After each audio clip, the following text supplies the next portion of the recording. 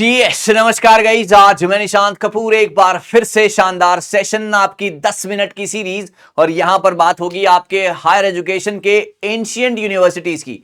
यहां से सवाल हर बार आपके एग्जाम में देखा गया है और इस बार भी आपके एग्जाम में जरूर आएगा। सो एंशिएंट यूनिवर्सिटीज को जरा ध्यान से पढ़ने की कोशिश कीजिएगा। हायर एजुकेशन का one of the most important topic.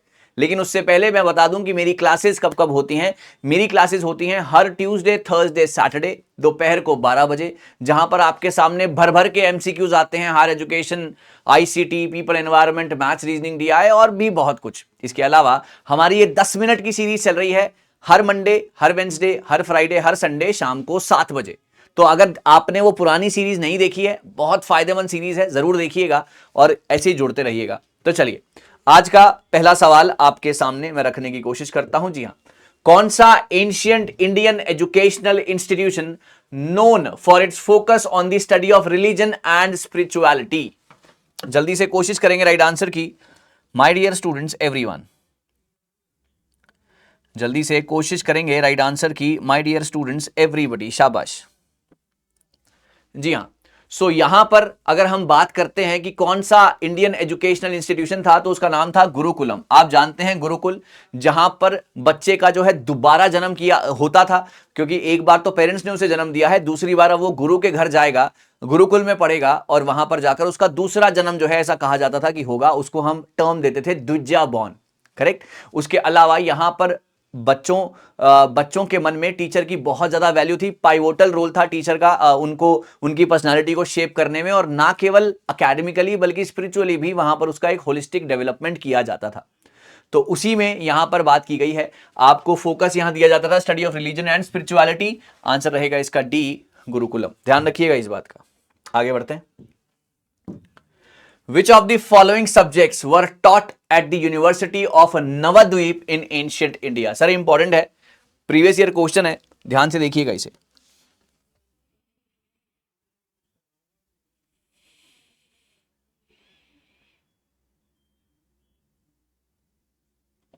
Okay guys, सो यहां पर अगर मैं बात करता हूं तो यहां पर लॉजिक है, लिटरेचर है, तंत्र है, C D and E.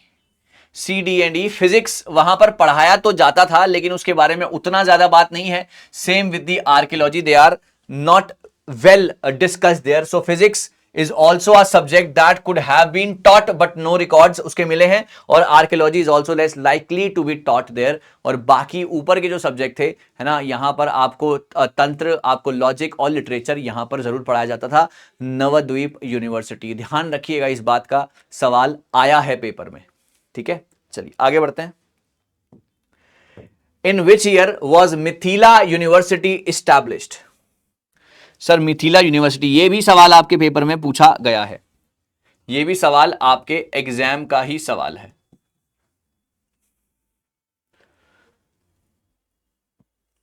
In which year was Mithila university established?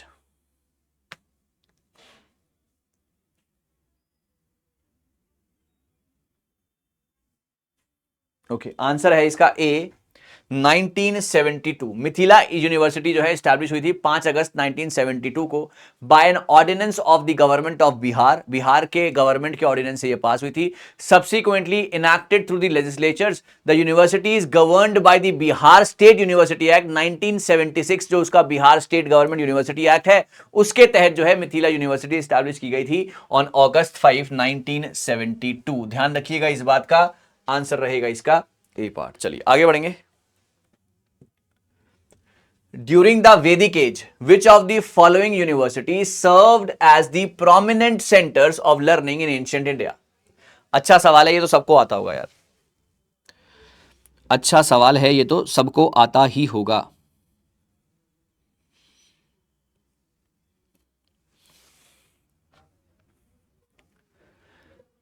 जी हाँ गाइस, तो यहां पर दो यूनिवर्सिटीज आई जिनको कहा गया नालंदा एंड तक्षशिला।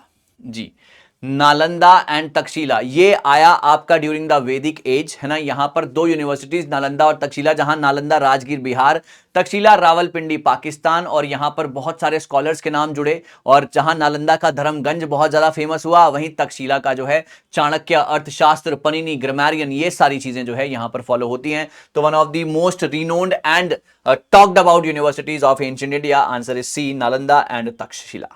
चलिए आगे बढ़ेंगे। Which of the following Indian universities were modeled on the lines of University of London? बताएंगे सर।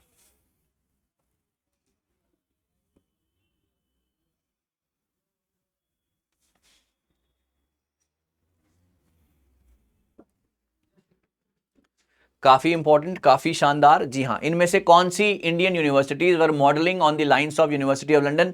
सर 1854 में वुड डिस्पैच आते हैं, जो कि एक तरीके की स्टेपिंग स्टोन रखते हैं तीन यूनिवर्सिटीज का, जो कि 1857 में जाकर जो है खुलती हैं, और जो कि है आपकी कैलकाटा, बॉम्बे एंड मद्रास, और इन्हीं को जो है आपके रखा जाता है on the lines of university of London. Answer is A B C, answer is A part. ध्यान रखिएगा सर इस बात का, यहां पर पूरी एक्सप्लेनेशन भी है, वीडियो को पॉज करके आप इसे पढ़ सकते हैं।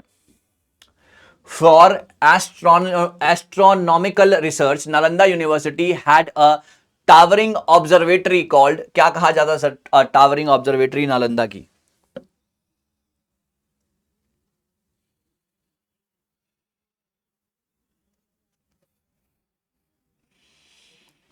Okay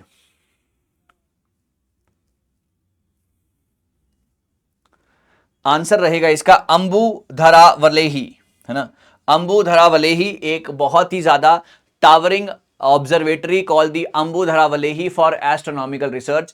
apart from that university was famous for 8 big halls, समघरना इसको कहा जाता था। रत्न देवी, इसका 3 डिपार्टमेंट्स थे, मैसिव लाइब्रेरी के, जिसको धर्मगंज का नाम भी या माउंटेन ऑफ नॉलेज भी कहा जाता था। तो ना केवल एक सवाल पढ़ना है, बल्कि उसके आसपास और जितने भी सवाल हैं इनके बारे में भी आपको सही से आइडिया होना बहुत ज्यादा जरूरी हो जाता है, क्योंकि यही सवाल आपके पेपर में आते हैं, हमेशा आगे भी आएंगे। ओके गाइस, यहां पर आते हैं हम, yes. Who was the most famous scholar associated with Vikramshila university? का सबसे मोस्ट फेमस स्कॉलर कौन सा था, बताएंगे सर।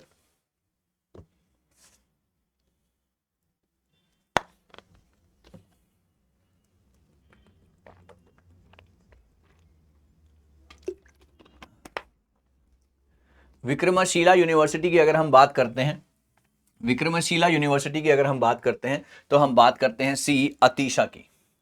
अतीशा एक प्रोमिनेंट बुद्धिस्ट टीचर और स्कॉलर था, जो कि क्लोजली एसोसिएटेड होता है विद द विक्रमशिला यूनिवर्सिटी।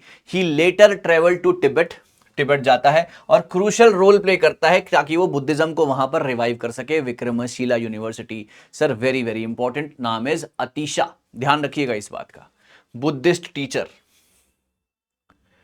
बहुत बढ़िया, आगे बढ़ेंगे। Among the ancient centres of learning in India, कौन सा institution exemplified the rich tapestry of intellectual pursuits and interdisciplinary studies, fostering vibrant atmosphere for philosophical debates, scientific inquiries, cultural exchanges that transcend geographical boundaries? बताएंगे। तक्षशिला, नालंदा, विक्रमशिला और तक्षशिला, अलग अलग करके यहां पे अलग अलग तरीकों से नाम लिखा हुआ है।